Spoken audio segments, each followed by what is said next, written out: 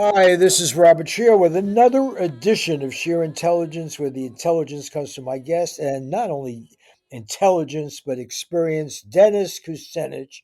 Uh, 8 terms, that's 16 years in the United States Congress, where he tried to establish a Department of Peace, where he was a consistent voice for giving peace a chance. And, I think this is, I mean, for my money, Dennis, I'll just begin with you there. I've never known a time, and I'm a 86-year-old guy, where you didn't have people in both parties speaking up for negotiation. My God, Richard Nixon went and talked to Mao in the middle of the Vietnam War. So, how did we ever get to a moment where a few, 30 Democrats dare suggest negotiation and they get slapped down and apologize? What's going on? Is the Democratic Party a warmonger party? At least there's some sign the Republicans want to use diplomacy or cut back a bit? Well, it is unusual to see the Democratic Party coalescing around a message of war instead of permitting a discussion to arise which advocates diplomacy. When you think about it, these 30 members of Congress who signed a letter to the White House, I read the letter several times and it mentioned diplomacy about a half dozen times. And what's wrong with that? What's wrong with trying to end a war where the U.S. has already spent upwards of $60 billion, where Ukraine is being wrecked? At least 15,000 Ukrainian civilians have been killed, tens of thousands of Ukrainian soldiers and Russian soldiers killed. This thing has all the signs of spiraling out of control. And so it was appropriate for members to send that letter to the White House, and to see the leadership's response was not just disappointing, but alarming. Well, tell us why it's alarming. Because look, I'm going to go out on a limb here and say I can't think of a time going back to Woodrow Wilson or something where no one wanted to give negotiation a chance. And when Nixon went to China to talk to Mao, it was in the middle of the Vietnam War. We had supported the South Vietnamese, and clearly this was going to be the beginning of the end. And this whole idea that you can't talk to Putin, I've never known a moment like this. I mean, even building up to World War II, there were constant negotiations and talks. What is it? Is this all domestic politics that the Democrats are playing? Um, yes, but it's more than domestic politics. Let me try to sort it out for you and your listeners. First of all, there's a belief among Democratic leadership that you must maintain consensus on key issues in order to support the White House when you have a Democratic president. So that's an element here. But I have never seen such a fierce effort to throttle any one who goes away from the party line. And it becomes ever more egregious when the issue is war or peace. And that's why I'm speaking out, because if the Democrats don't allow the voices for diplomacy to be heard, it means that we're certainly headed for a wider war with the White House being currently constituted as it is. Well, but this is not kidding around. I mean, my God, Kennedy negotiated with Khrushchev. I mean, there's this whole idea. First of all, the virtue. It's always, oh, we are supporting Ukraine. It's the same argument that was made about Vietnam, where after all, we had backed No Dinh Diem, we had gotten South Vietnam all, feeling it was an independent country. We were participated in the Ukraine in a coup. We have a lot of responsibility for what's happening, but leaving that aside, the idea that we could be in a situation of the possibility of a nuclear war that ends civilization, and that you are not going to talk to the people who also hold, 5, 6,000 of these bombs that can destroy civilization. I don't get it. We had, at least Barbara Lee spoke out on the Iraq War. Not too many did, but the idea that the Democrats, they seem almost to welcome the war. They see, well, they let me all voted for a big yeah, military budget. Yeah. it's the institutional memory of Congress seems somewhat impaired right now because members of Congress need to remember that President Carter used diplomacy to achieve the Camp David Accords with Menachem Begin and Anwar Sadat. And in Dayton, the war in the Balkans ended with U.S. diplomacy playing a part, and you look at Senator Mitchell and his efforts to bring about the Good Friday Agreement in 1998, ended 30 years of conflict in Northern Ireland. I mean, the U.S. does use diplomacy, and I think if we probe a little bit deeper as to why there was such a fierce put down of this effort on the part of a few dozen Democrats to ask the White House to move towards a diplomatic solution. If we probe that a little bit deeper, we're going to find a foreign policy that is misdirected, that is part of that march of folly, which Barbara Tuchman talked about years ago, which can only lead to disaster for the United States and the world. And Ukraine is just it is being turned into a game board where Ukrainians are sacrificing life, limb, uh, home, hearth, their society in this war that's being waged by great powers to try to manipulate energy supplies and in a kind of a game of nations. And this is really a dangerous moment. And this put down of Democrats for just simply for asking for diplomacy is a powerful signal that people need to pay attention to what this means. It means that Democrats are buying all in on continuing to prosecute this war against Russia. And yes, it's a proxy war, but it is a very expensive one. And it's causing a loss of life of innocent Ukrainian people. And it's time to go to the negotiating table.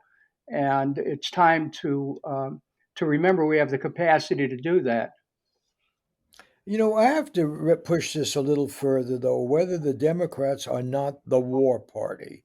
It is true. Uh, Bush 2 got us into Iraq, but, generally, the Democrats, we used to have a conceit. It was these Republican neoconservatives who got us into Iraq. They were the bad guys. Well, most of those neoconservatives had been Democrats. They moved over. Right. Now they seem to have gone back to the Democrats. They're happily ensconced in the Biden State Department. And the fact of the matter is, as reckless as Trump was, and I sure the hell was scared when he was president, he did meet with the leader of North Korea. He did. You can say, well, it didn't have a breakthrough for peace, but there's been much more restraint on the part of North Korea. But he met with him.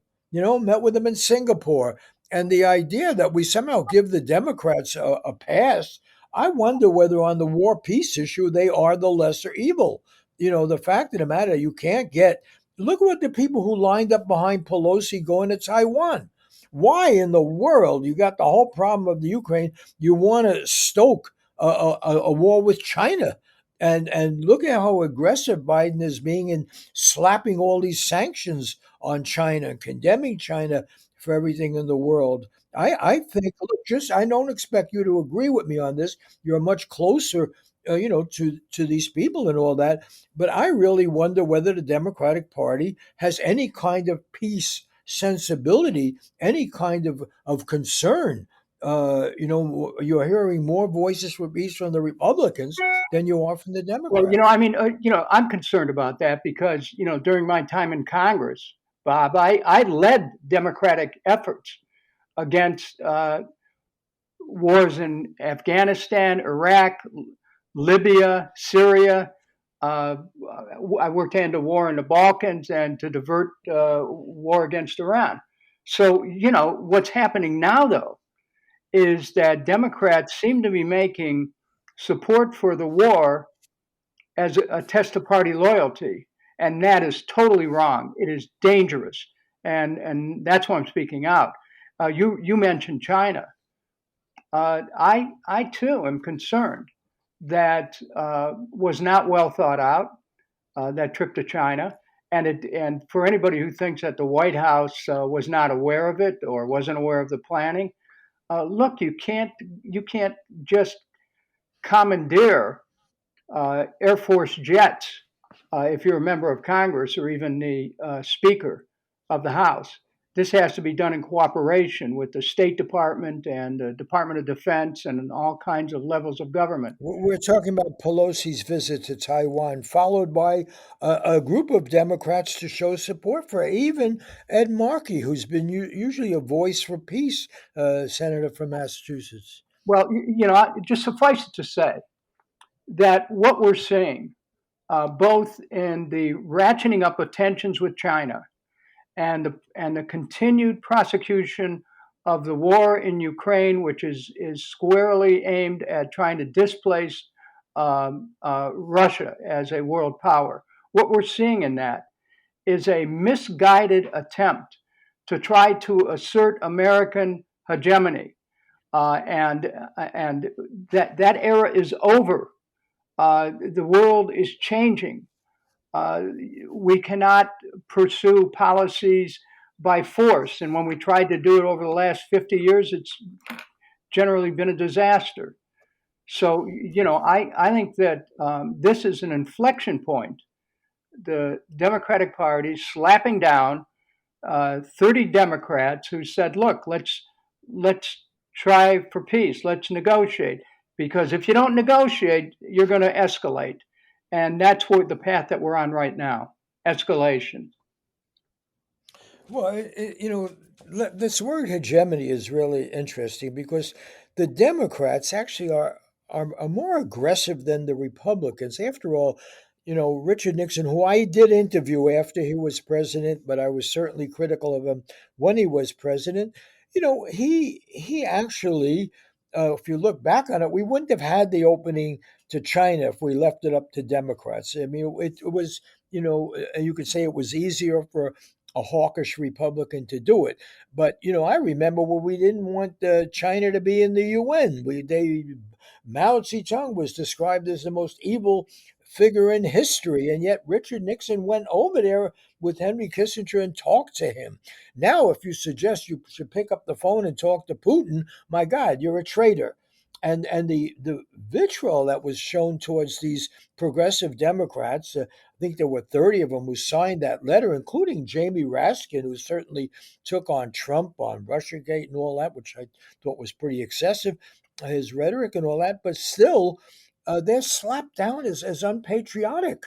And when you're in an Orwellian situation now, where it seems to me this word, the hegemony, really has to do with America's need for an enemy. We have big economic problems. We don't know how to deal in a multipolar economic world. Where other people get to influence trade and prices and so forth. And so we're doing what Orwell predicted. We have to have an enemy. Putin is the convenient enemy. Now China is going to be added to that. And it's really sick is the only way I could describe it. But what's particularly frightening is we can't even debate it. I mean, the very fact that we're having this discussion can be used by people to demand that search engines not reference us, or that the show be ended, or what have you. They make you a non-person for even daring to have this kind of discussion. Well, I will say, having led the effort against the Iraq War from its inception, uh, I understand what it's like to be the object of obloquy simply because you stand up for the truth. And the political system is set up to exclude anyone who dares challenge the prevailing orthodoxy, particularly about war.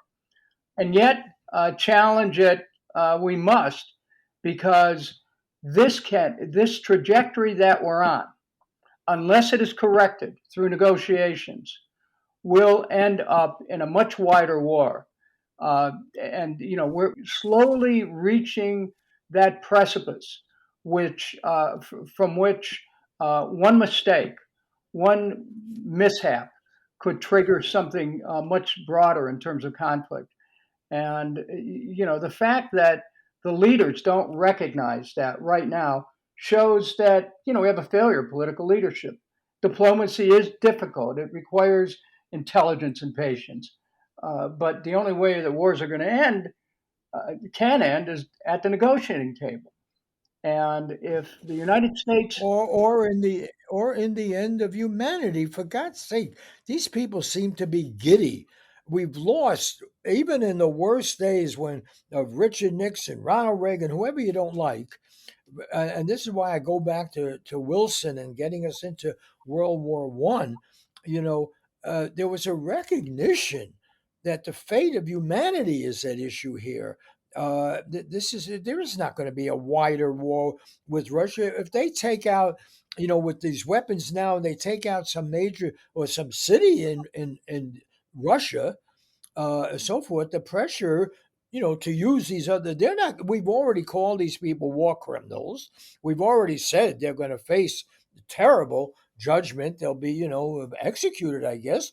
And then we can't talk to them. We're demanding regime change. At some point, they're going to be under pressure to respond. And I don't. There doesn't even seem to be any consciousness of the seriousness of the moment. If you go back and look at the missile crisis, the people around Kennedy, beginning with Kennedy, were very well aware of the consequence. Unfortunately, so were the Soviets. You don't get that sense now. It's like some kind of war game that we're watching on video. that observation you just made about how um, a synthetic experience, a vicarious experience, can somehow serve to diminish the impact of what might happen in the real world. This is the kind of stuff that Jerzy Kosinski was writing about in Being There, where his character, played by Peter Sellers, was watching everything on TV, and then when he went out into the street and was assaulted, he was grabbed a channel changer and tried to change the channel, because he was trying to change the reality that he was confronted with the channel changer. I think that we are losing our ability to discriminate about the real impact of war, and how it's destroying people. We're getting messages on TV, but we're seldom seeing the broadest human impact in a way that affects everyone. And it's affecting people in this country too, because of the money that's being spent on it, and because we're being driven towards a broader war without people truly understanding the implications. And without understanding, going back to the purpose of this call, that when congressional activists who want to see an end to this war are castigated just for advocating diplomacy, this is dangerous. It portends, it is foreboding. It portends more war, and it brings us into that soft circumference of a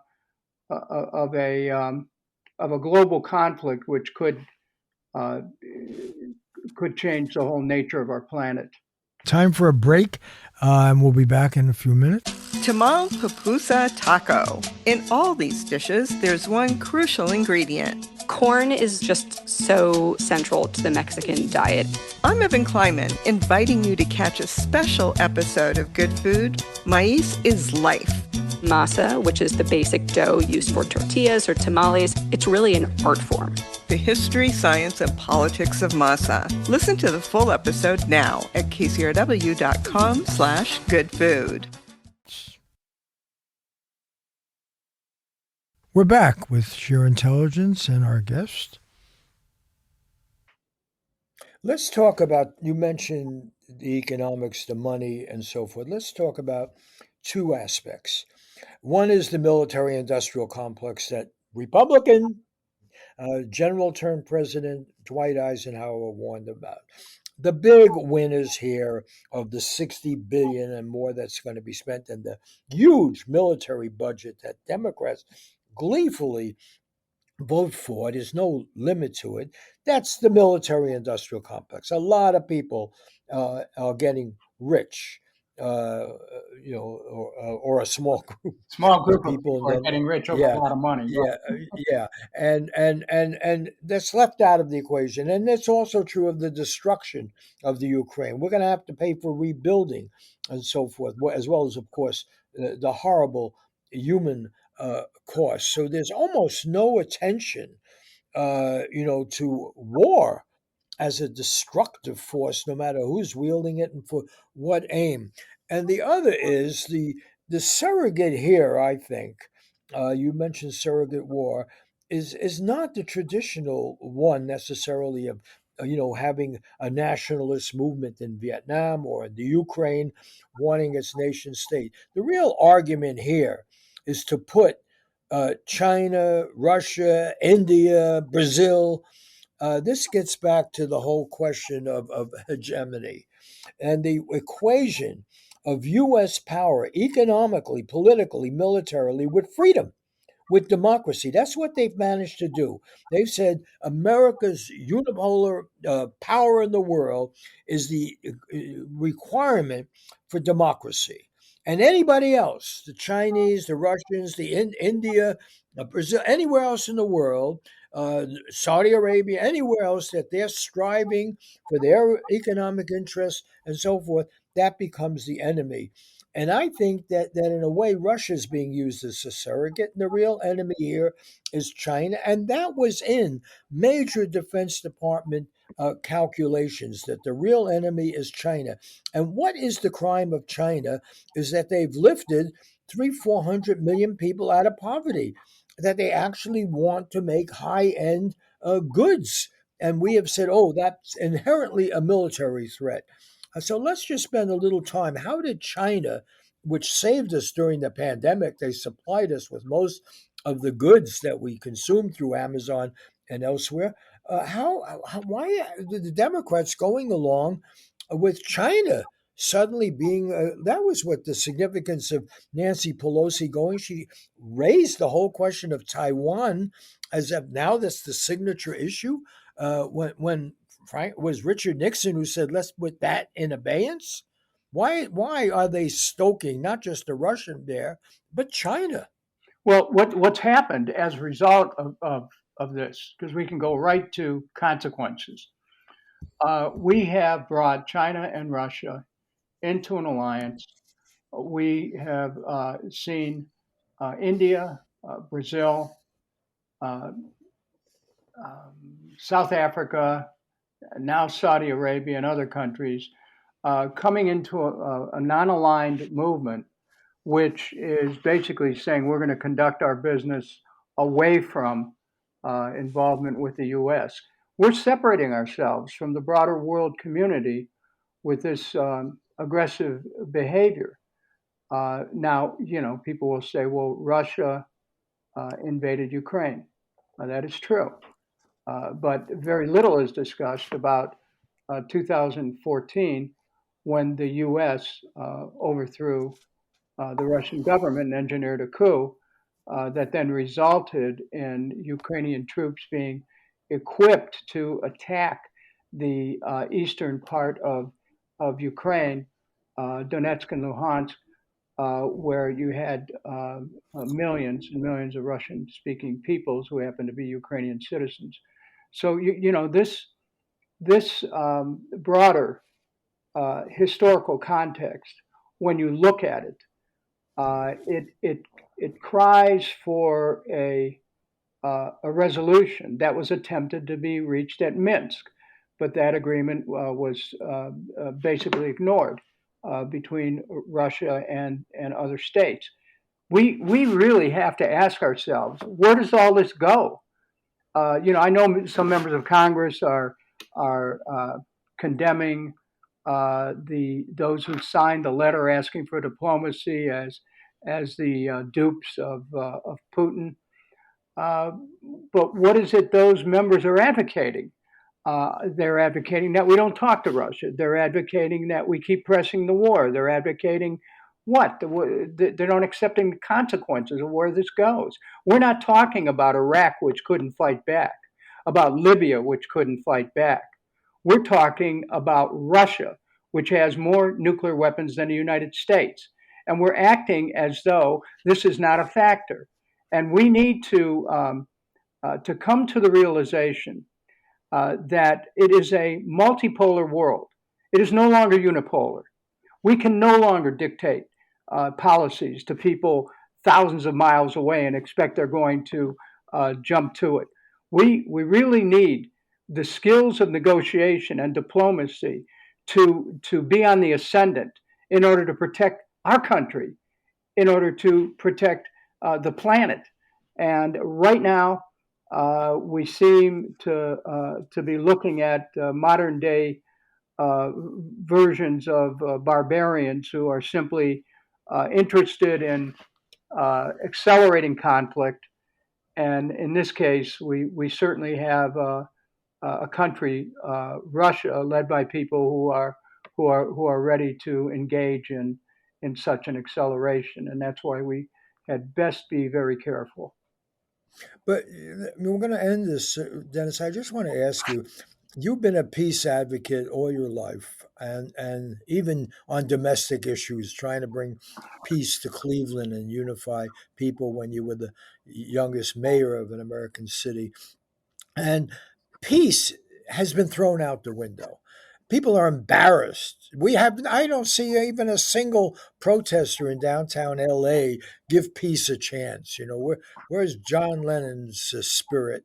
No, peace is now equated as it was in Germany with being a traitor. There's a view now that anybody who talks about the risks of war is trying to undermine us. We have actually equated a military alliance called NATO with the standard bearer of democracy. It's no longer the possibility of the UN acting in this way. No, NATO is now our way or the highway. And the problem is, as you point out, there are a lot of other power centers now. There are other people who have weapons, but they also have economic muscle and power. And, taking it back in a few minutes just to Nancy Pelosi, who you know well, you work with her, try to anyway. What was she thinking when she went to Taiwan? Why, in the middle of all this tension in the world, instead of dealing with, okay, how do we get American jobs back and also benefit from economic development and have trade? We have Nancy Pelosi saying, oh no, we're going to bring up the Taiwan issue and we're going to really provoke China. And we now have an incredibly tense situation with China, which actually threatens our economy as well as world peace. Well, let me offer. Give me an editorial now, Dennis. No, let me offer perspective that this was not even her idea. That the White House asked her, and because she wants to support the president, that she went. But they also had the plausible deniability that, well, she's a speaker and she went on her own. No, this was a coordinated effort. And this was done on behalf of the administration and with the permission and encouragement of the White House. I mean, anybody else who thinks otherwise is naive. She has always been a strong supporter of whoever the president was, if that president was a Democrat. And so that's kind of where we are with that one. But as you put it, beyond the machinations, we're in no position to threaten China. China has a largest coast guard in the world, the biggest navy. They make more steel than any other country in the world. This is, the idea of being able to negotiate and navigate straits there and getting in between Taiwan and China doesn't make any sense. And this latest initiative out of the White House, this presidential executive order, which said that no one's to do any high-tech business with China, comes close to an embargo type situation where it borders on an act of war. I mean, this is people are being reckless with the power of the White House, and I really think that it's time that this be called to an accounting. And so I'm doing what I can to start the discussion, beginning with the fact that members of Congress who have taken a stand for diplomacy are being cast aside. And I'm going to do what I can to make sure we keep that discussion going. And it's time that perhaps it's time not only for the Democratic Party to rediscover diplomacy, but perhaps it's time for those of us who care enough to start to reshape that party. So, last word though, Dennis. I tell you, I'm more afraid now than I've ever been, and I've been covering and writing about these things. I've witnessed a number of these wars in person as a journalist, but I've never seen a time where and this is not just the United States, you look at Western Europe, you look where you used to have in Germany concern about, now they're rearming. In Germany, the France, everywhere they want people seem to want war, and we don't even have a peace movement anywhere that you see visibly in the world, let alone a Department of Peace, which you wanted to create. I'm going to give you the last word here, Dennis, but you've been our major advocate for peace on a congressional level. And now your colleagues, I don't think there was one of them that voted against this war in the way Barbara Lee did about the Iraq War. What would you say to your colleagues if you were there now? That we must understand that the United States has the power to bring an end to war using our negotiating ability. That if we fail to use that, and if we press ahead with aggression, using Ukraine as a proxy, and the lives of the people of Ukraine as chips in some kind of an international game of nations, we are missing an opportunity to to try to avert a much wider war. And beyond that, is there anyone out there that thinks we have the capacity to fight Russia in the West excuse me, Russia in the East and China in the West? I mean, it is idiocy that's masquerading as statecraft. Right. And it also might be the end of human existence on the Well, planet. I'll put in let's my, no. I'm going to focus on I, diplomacy as yeah, and I'm a gonna means of making sure we're all still around. thank you, Dennis. Scary words, but I think unfortunately accurate. Thanks for doing this. I want to thank Laura Kondajarian and Christopher Ho at KCRW, the NPR station in Santa Monica that hosts this show. Joshua Scheer, our executive producer, who, full disclosure, once worked with Dennis Kucinich, well, for Dennis Kucinich in his office, early supporter who campaigned for you in Cleveland. The J And when Josh was in Cleveland, the baseball team was in the World Series. So. Oh yeah, that's right. And both of you were fanatics.